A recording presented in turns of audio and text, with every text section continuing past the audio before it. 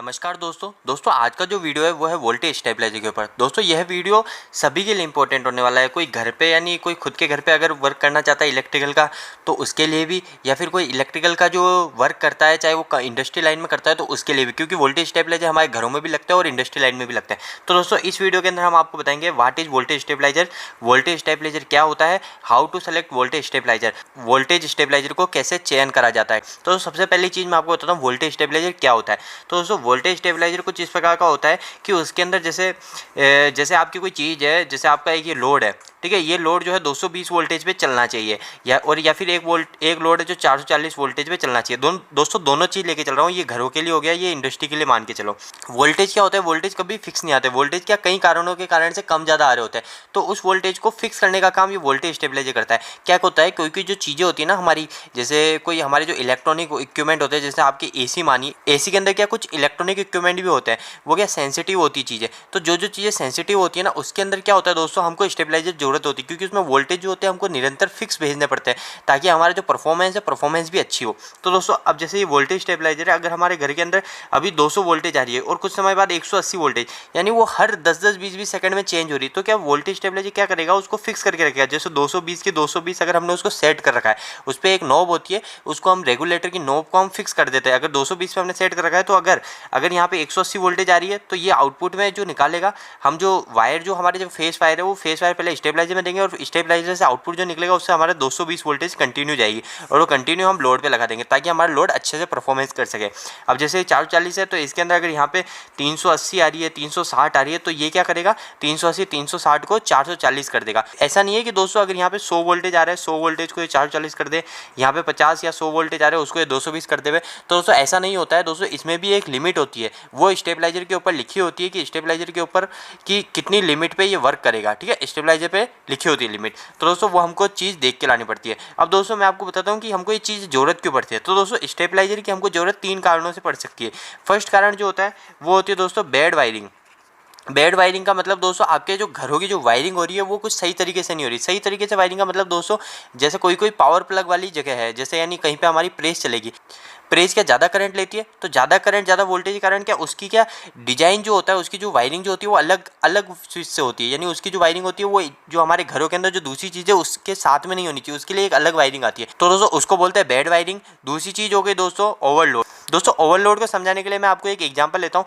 अगर आपके घरों के पास में कोई इंडस्ट्री है तो अगर वहाँ पे इंडस्ट्री के अंदर क्या बार बार मशीनें चालू बंद हो रही है, तो उसका फ़र्क क्या हमारे घरों के ऊपर भी पड़ेगा। अगर हमारे घर के जो ट्रांसफार्मर है उसी से अगर वो छोटी सी इंडस्ट्री को अगर सप्लाई जा रही है तो हमारे घरों के जो लोड होएगा, हमारे घरों का बल्ब होगा, वो बल्ब में भी प्रॉब्लम आएगी, वो भी बंद चालू होएगा। तो दोस्तों इसके ऊपर मैं डिटेल वीडियो बनाऊंगा। अभी मैं बताता हूँ कि वोल्टेज स्टेबलाइजर का चयन किस तरीके से किया जाता है।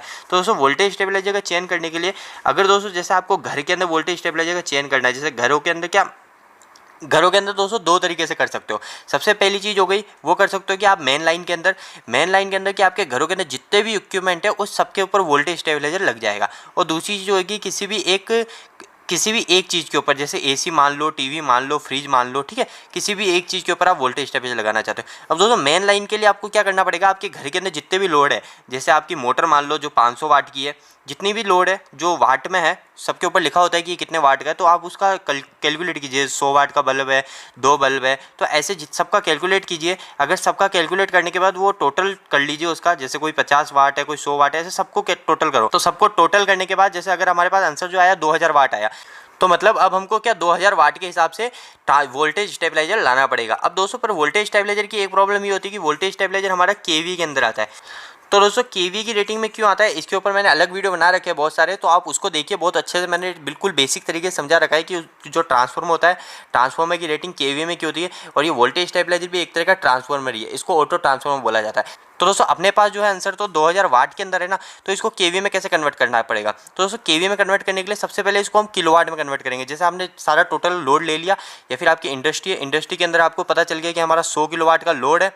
2 एग्जाम्पल लेके चलता हूँ, एक इंडस्ट्री के लिए 100 किलोवाट का और एक हमारे घरों के लिए 2000 वाट का, ठीक है। आपने टोटल कर लिया, सब चीज़ 2000 वाट की।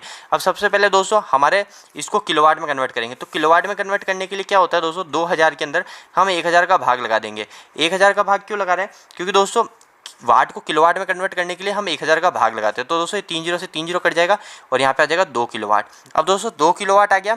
अब हमको 2 किलोवाट को केवीए में कन्वर्ट करना है और यहाँ पे इंडस्ट्री के लिए हम एक और एग्जाम्पल लेके चल रहे हैं, 100 किलोवाट को हमको केवीए में कन्वर्ट करना है। तो दोस्तों जो केवीए का जो फॉर्मूला होता है, केवीए का फॉर्मूला होता है kilowatt divide by power factor, ठीक है, kilowatt divide by power factor. तो दोस्तों अब आप बोलोगे कि सर हमको तो पावर फैक्टर पता नहीं है। तो दोस्तों अगर आपको पावर फैक्टर पता नहीं है तो दोस्तों क्या होता है, पावर फैक्टर क्या सब चीज़ों का अलग अलग होता है, किसी का फिक्स नहीं होता है। तो दोस्तों अगर आपको पावर फैक्टर पता नहीं है तो हम पावर फैक्टर कंसीडर करेंगे 0.8। अगर आपको पावर फैक्टर पता है सब चीज़ों का तो आप वहाँ से पावर फैक्टर कैलकुलेट कीजिए और 0.9 या 0.85 जो भी है आप वहाँ पे उससे डिवाइड कर लीजिए किलोवाट को। पर अगर हमको नहीं पता है तो हम 0.8 मान के चलेंगे हर जगह, ठीक है। अगर आपको नहीं पता है तो आपको ढूंढने की कोई जरूरत नहीं है, आप 0.8 मान के चलिए। तो 2 किलोवाट है तो 2 किलोवाट के अंदर मैं डिवाइड कर दूंगा 0.8 का, और इंडस्ट्री के लिए मैं 100 किलोवाट के अंदर डिवाइड कर दूंगा 0.8 का। तो दोस्तों जो इंडस्ट्री के अंदर डिवाइड करने के बाद जो आंसर आएगा वो आएगा 120 केवीए। और दोस्तों अगर मैं घर के अंदर यूज लूँगा तो 2.4 केवीए। तो दोस्तों कुछ इस प्रकार से केवीए निकलता है किलोवाट से। तो दोस्तों उम्मीद है कि आपको समझ आ गया होगा कि किलोवाट से केवी किस तरीके से निकाला जाएगा। बहुत ही सिंपल होता है, बस हमको किलोवाट के अंदर पावर फैक्टर का डिवाइड करना पड़ता है। तो दोस्तों उम्मीद है कि आपको वोल्टेज स्टेबलाइजर क्या होता है और वोल्टेज स्टेबलाइजर का कैसे चयन करता है ये आपको आ गया होगा। अगर फिर भी आपके मन में कोई क्वेश्चन रह गया हो तो आप मुझे नीचे कमेंट बॉक्स में कमेंट करके जरूर पूछे। यह वीडियो आपको कैसा लगा इस वीडियो को लाइक करके जरूर बताएं। इलेक्ट्रिकल की वीडियोस अगर आप हिंदी में देखना पसंद करते हैं इस चैनल को सब्सक्राइब कर लीजिए। आज के लिए इतना ही, धन्यवाद।